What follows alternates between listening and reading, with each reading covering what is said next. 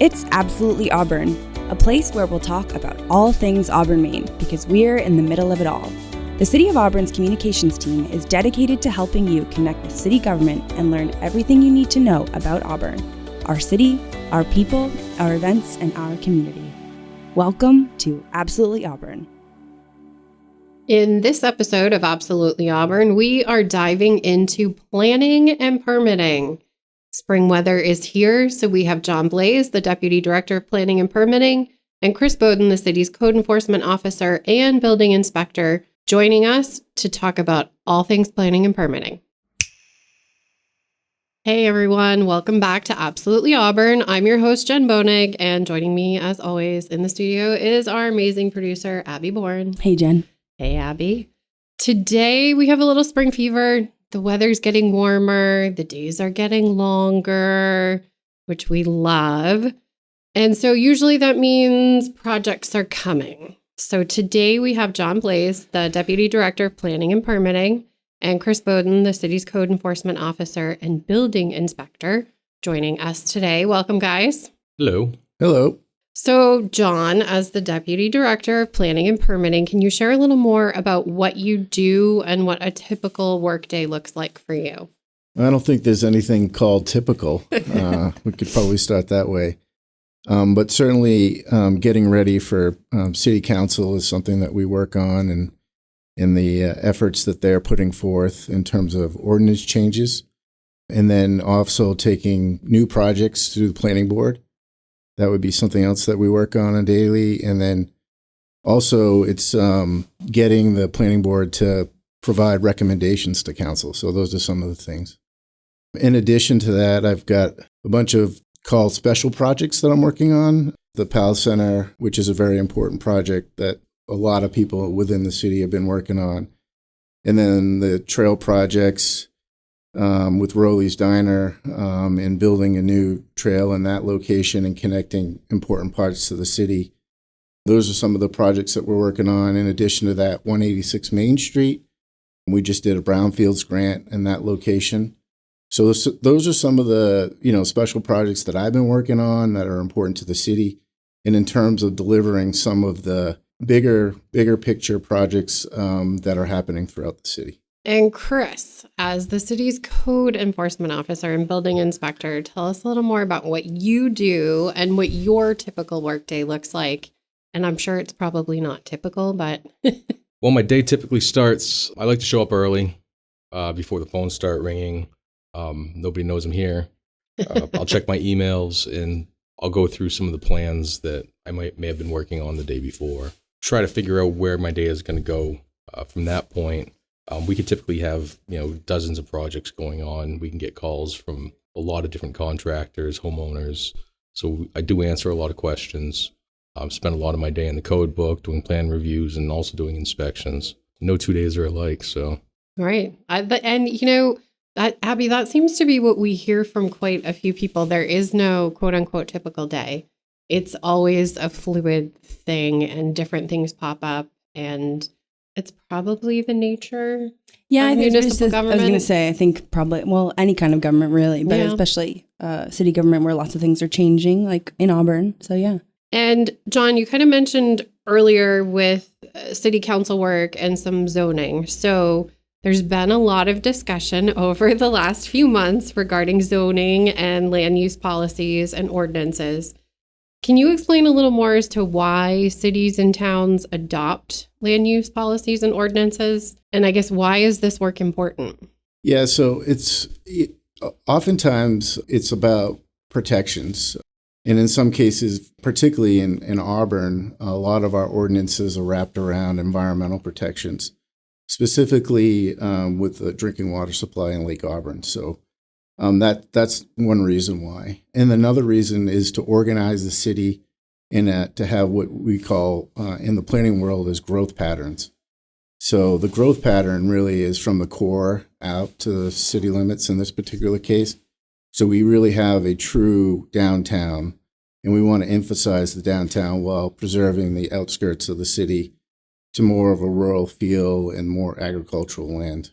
Okay, so kind of can get the beauty of both having that downtown core where you have kind of that main business community versus more of that country rural feel? Yeah, and a lot of it has to do, it's driven by utilities.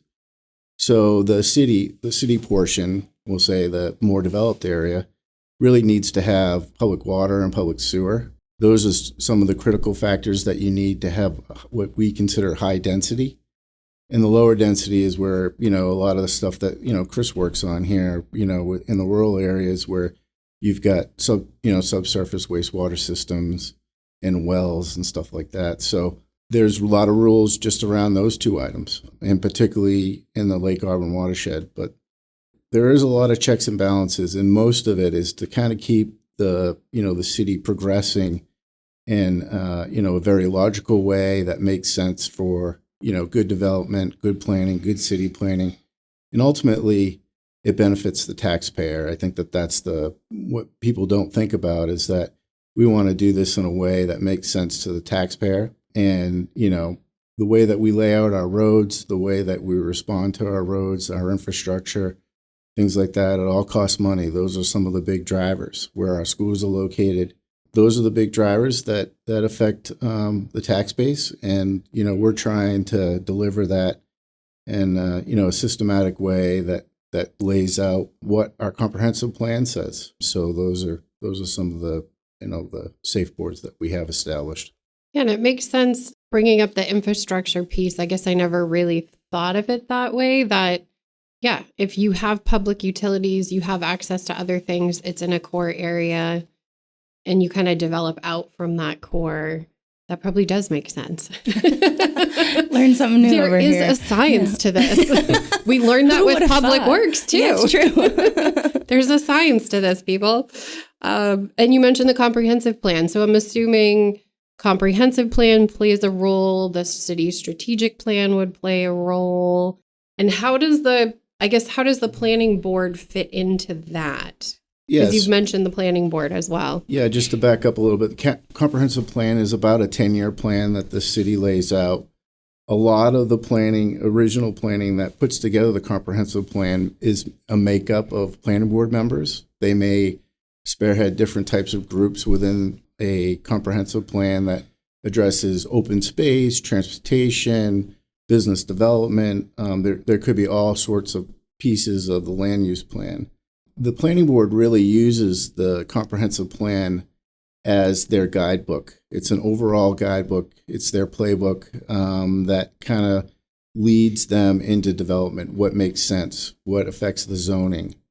The zoning, if there's a proposed zoning change, oftentimes the recommendation of the comprehensive plan, those two things would need to marry. They would certainly look at that. So that's one example of where the planning board and the comprehensive plan, they certainly are, co-located in that in that review process. So there's also even expansion of utilities and traffic patterns and things like that, where new roads would go and new spurs for like off the turnpike. Those are some of the things that we are certainly working on, and that gets outlined in the comprehensive plan. And now the comprehensive plan, you said it's a 10-year plan. So that's something that's kind of continually looked at and updated over that 10 years? Or is it, well, this is our guidebook for the next 10 years, and then in another 10 years, we do another one? Yeah, so each community is a little bit different. I mean, it's not like a 10-year hard stop, but It certainly could be modified along the way within the 10 years. But everything has to go back to the state and comply with the Growth Management Act. So that's any changes that we do. For example, we did a change where we changed probably the future land use map, some transportation pieces, and we also did something with food and the agriculture. So those are some of the pieces that we did in 2021. Those changes got approved by the state, but it was only for about a year and a half. Our comprehensive plan is now going to be set to expire here in May of this year.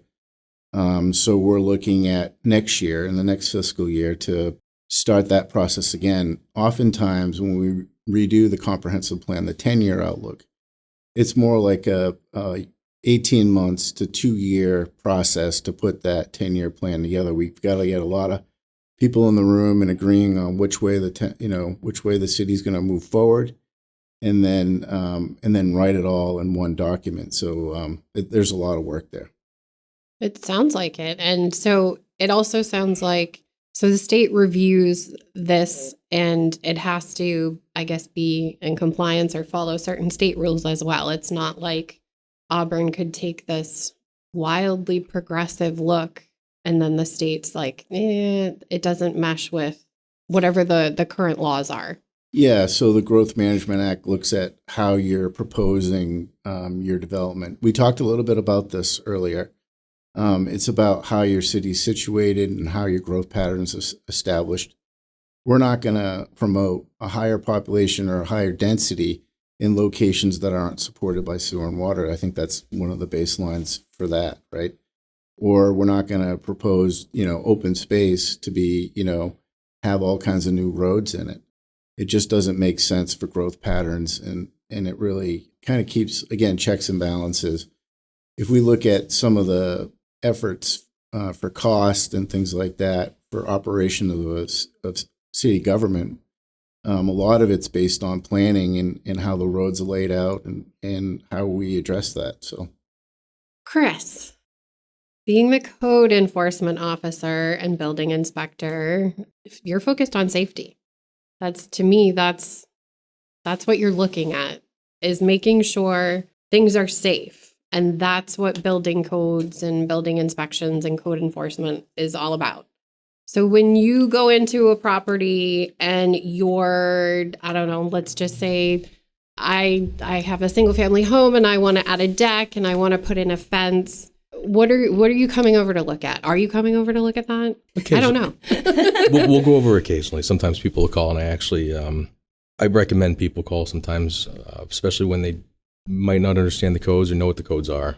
Yeah. We do look at a lot of things. We'll look in Chapter 3 is all about building planning in the IRC. So let's say, for instance, we're talking about a single family home. You want to build a deck on it. We need to look at means of egress. We need to look at stair sizing, stringer sizes, rise, tread depths. We've also got to look at joist spans, beam spans. We need the connections between, the posts and the beams. And of course, we got to look at the foundation and the attachment points.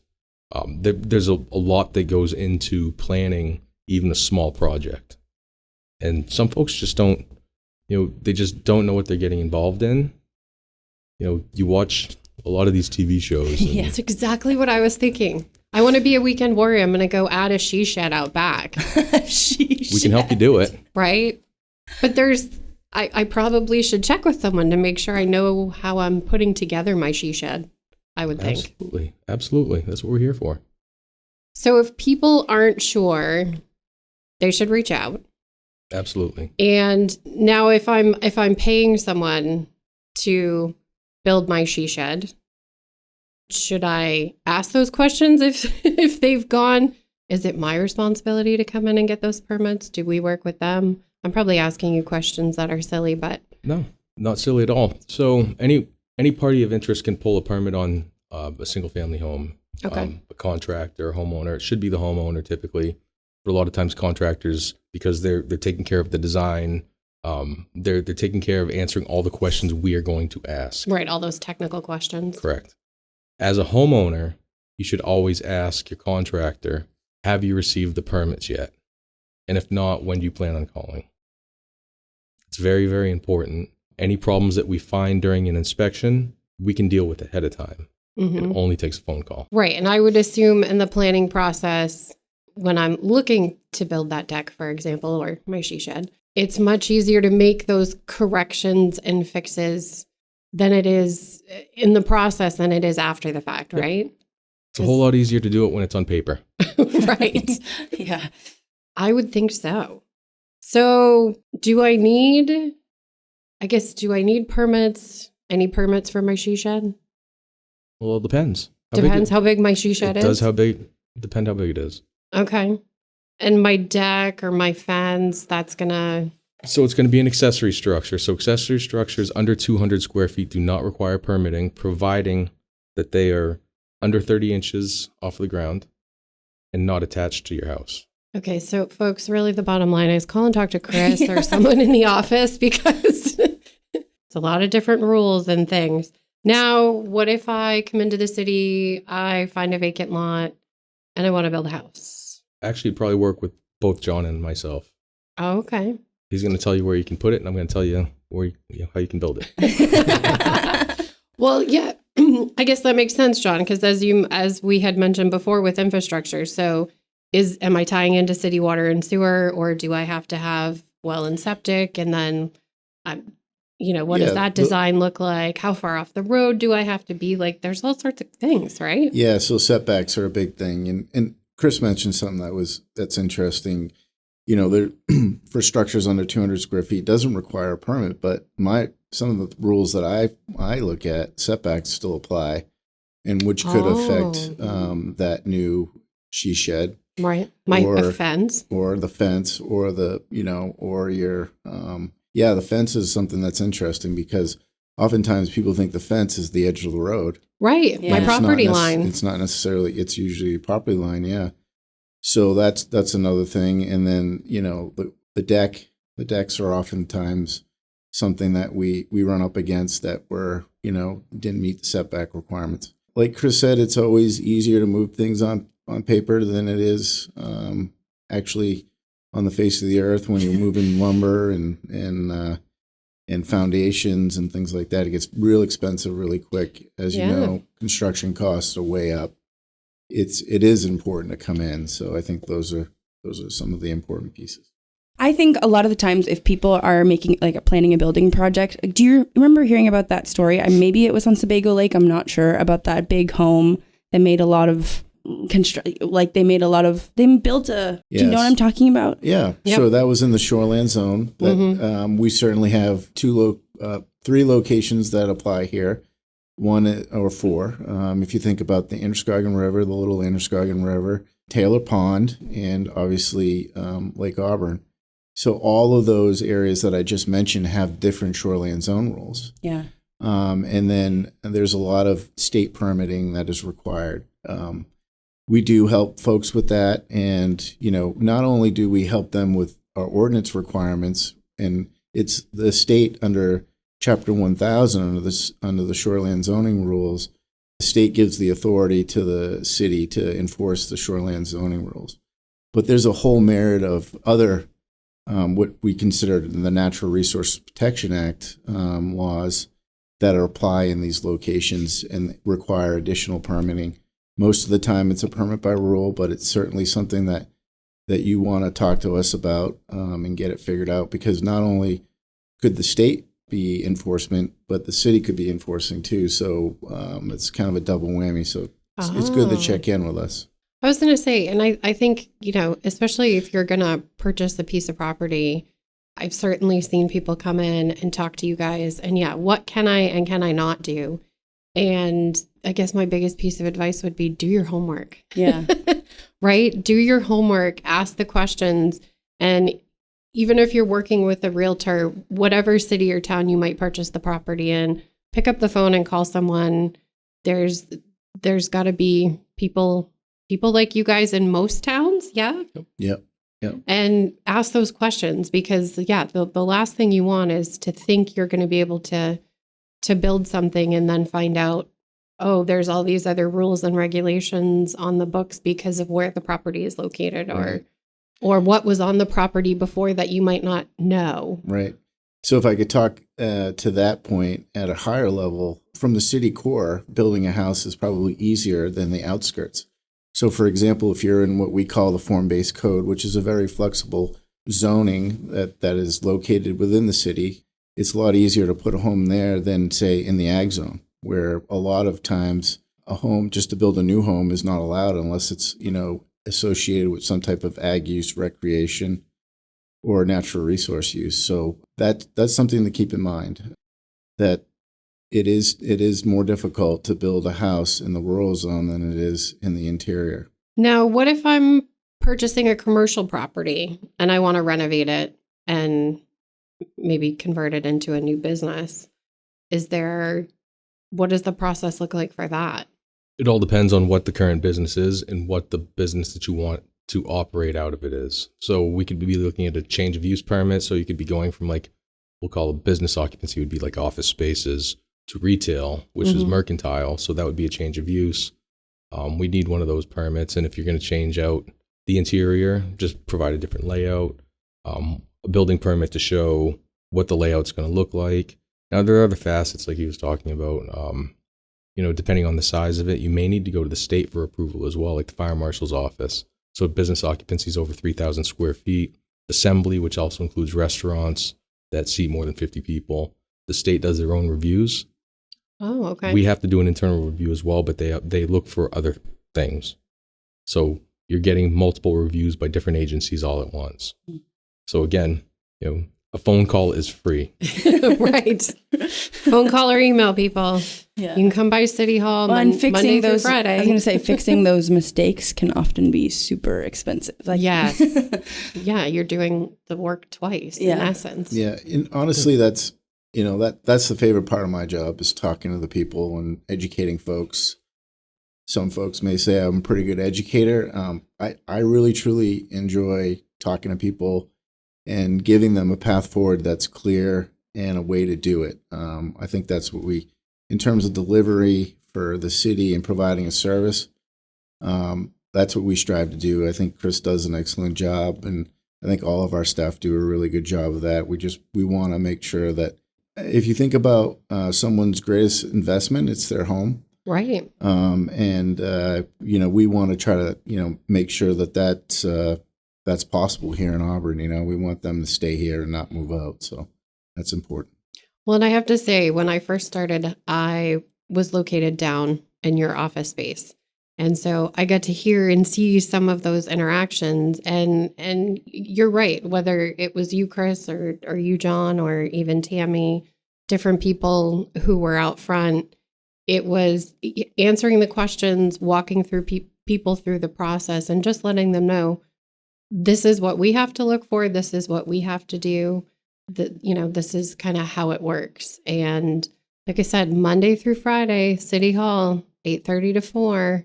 Someone's here, unless it's a holiday. Someone's usually here, or you can pick up the phone or send them an email, auburnmaine.gov. Everyone's contact information is on that site. If you go under departments of the city, you'll find planning and permitting, and you can reach out to anyone there. So we kind of talked about this a little bit before, those weekend warriors. I watch a lot of HGTV and I'm jazzed and I want to build my she shed. What kind of advice would you give people who are watching these shows and think they can do all of these things? TV is just TV. Maybe lower your expectations. Yeah. It's pre-recorded. Everything's fixed. You can't build it. No, not always the case. I think everybody has an ability to do something special. Any advice, again, reach out. If you have questions, we can provide you with the information that you need. We can't design things for you, but we can get you to a point where you're pretty comfortable knowing what you're going to be expected to do and what you're going to be doing. Excellent. So what's the most interesting part of your job, Kris? I like communicating with people. I still get goosebumps sometimes when somebody brings a project in and we discuss the project, and they may need a little bit of guidance. We bury our noses in the code book and kind of look at it from that aspect, but to have somebody in front of you and to be able to help somebody out really means a lot. Not to mention that every project that gets permitted in the city, we have a little bit to do with on each one. So we see it building up, and it's part of a reflection of who I am to see that these buildings are safe and they're going to be around for a long time. Excellent. What about you, John? What's the most interesting part of your job? It's hard to say just one thing, but I think the diversity that Auburn has, if you think about, we talked a little bit about shoreland zone. We actually have a true downtown. We've got some interesting roads and road issues and transportation issues that we're working towards. I think all that diversity is really good. If I could hope for one thing more for Auburn, is really to make that downtown a more robust and more walkable community. I think that would make this place a better place. And, I think every day that our staff is trying to do that in trying to deliver that by, encouraging downtown development. I like to see the investment being made here in the city. I think that's probably my greatest, reward in taking a project that is very complex and taking it through pre-planning phase, the planning board phase, and then ultimately with Kris and his group through the build and seeing that delivered to the city. I think that those are probably the most rewarding pieces for me. And it's funny, you mentioned the different facets of the city, and that's one thing when I ask people the next question, what's their favorite thing about Auburn? A lot of times they say it's having that diversity, having a downtown, but also having rural areas and trails and places to ski, all here within city limits, and you don't get that everywhere. So what is your favorite thing about Auburn? And it doesn't have to be anything City Hall related. I certainly like the lakes. I mean, I'm a fishing guy, so I mean. Oh, right. We were supposed to talk about fishing. I forgot about that. Yeah. You can talk about it now. Yeah. Yeah, certainly the fishing in the lakes, in the river. I think that's a lure for me personally. I like being around it. I like the fact that I have an impact on those. My job is an impact on that resource, and that means something to me personally. So I think that gets me up every day. How about you, Kris? What's your favorite thing about Auburn? I grew up in a neighboring town, and as I grew up, I watched, neighbors, I want to say, graduate from their locations, and everybody seemed to move to Auburn. And from a young age, I never understood it until I actually did it at one point. I no longer live here. Opportunities brought me elsewhere, but it's just a wonderful city. There's so much here for so many different people. No matter what you're looking for, it's just here. Yep, that's like I said, that seems to be what lots of our guests say. Yeah. And I can't say it enough. If you are looking for information, looking for answers, looking to get a hold of John, Kris, anyone else, go to auburnmaine.gov, city's website. All the information lives there. Contact information is there for people. So reach out. They're happy to talk to you. They'd prefer it, probably, actually. Absolutely. Makes our life easier. Right, yeah. Yeah. They'd prefer you to come in and ask those questions, especially my weekend warrior friends who watch lots of home renovation projects like I do. We want to walk in the morning with a smile and leave with a smile at the end of the day. There you go. Build our she sheds safely. Right, yes. Yeah. I will one day. I will.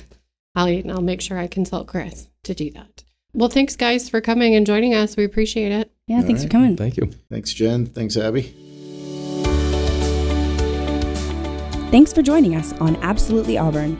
You can find all things Auburn, Maine at auburnmaine.gov and goauburn.me. You can also listen to us anytime, anywhere you get your podcasts, including Apple and Google Podcasts, Spotify, Amazon Music, and iHeartRadio, just to name a few. The City of Auburn's communications team wants to remind you that Absolutely Auburn is the only official podcast for the City of Auburn, Maine.